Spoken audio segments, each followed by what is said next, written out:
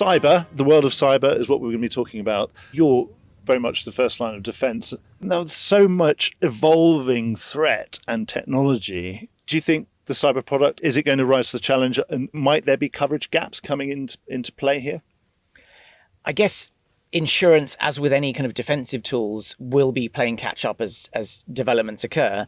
I have seen innovation in the insurance marketplace. I'm not an underwriter myself, but I see wording changes. I see endorsements being introduced and new coverages being introduced. So is there a lag? Yes, but that applies to defensive tools and anything else that you look at. Again, because attackers are moving at such great pace.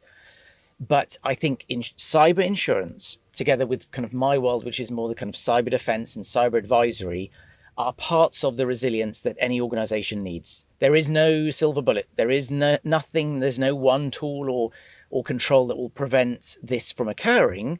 But the key thing is, how do organizations adapt and how do organizations react to these risks? Can they deploy multiple layered defenses, insurance, employee policies, security tools, the eyes and ears of their staff? Can they apply those effectively to counter these threats? So far, most of our conversations have been slightly scary and would have certainly got anyone's attention. What's the first step that anyone watching this should take?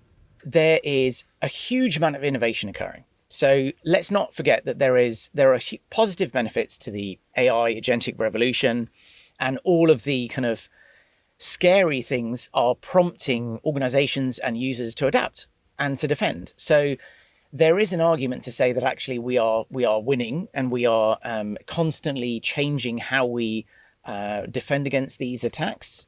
So I think there are some good points here, and I think there are ways in which stakeholders can essentially leverage some of these tools that are emerging.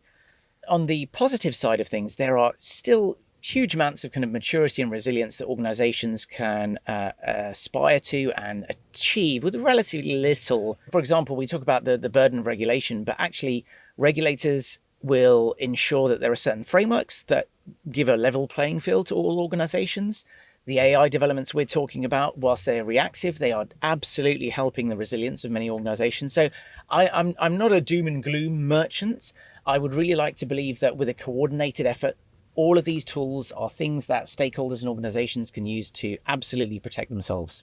Presumably these days you're doing more prevention work than curing work. We need to do both. We need to preempt, we need to prepare, but the reality is we often also need to react and cure. And the method of dealing with it from a client perspective is going to be diversification, not relying on one thing, always having alternative channels sort of built into place. Is that one of the first things you could do? What about contractual language? Does it really help you much? Contractual language, yes, but if you're speaking to... But in the end, if it's not working, it's not working. The contract's for later, right? Exactly, right. It doesn't help you if the service is down, and the hyperscalers and the very large entities will not entertain any contractual changes. So the first thing is identifying you have that exposure, and then once you've identified that exposure, yes, diversification. Now that's easier said than done. I believe still many organizations really don't understand the extent of their exposure. Yeah, because of course you might think you're diversifying, but then you go to supplier A and they're using the same back office as supplier B, and they look completely different from the outside. But I suppose that's the added value of working with people like you, though. You know. Yes, and we're kind of technology agnostic. We are essentially underwriting the risks that these organizations face. So we are absolutely financially aligned and motivated to ensure they can identify those common points of failure. And there's not always an easy solution, but by identifying them, they can at least kind of figure out, well, what are our fallback plans here? Raf, thanks so much.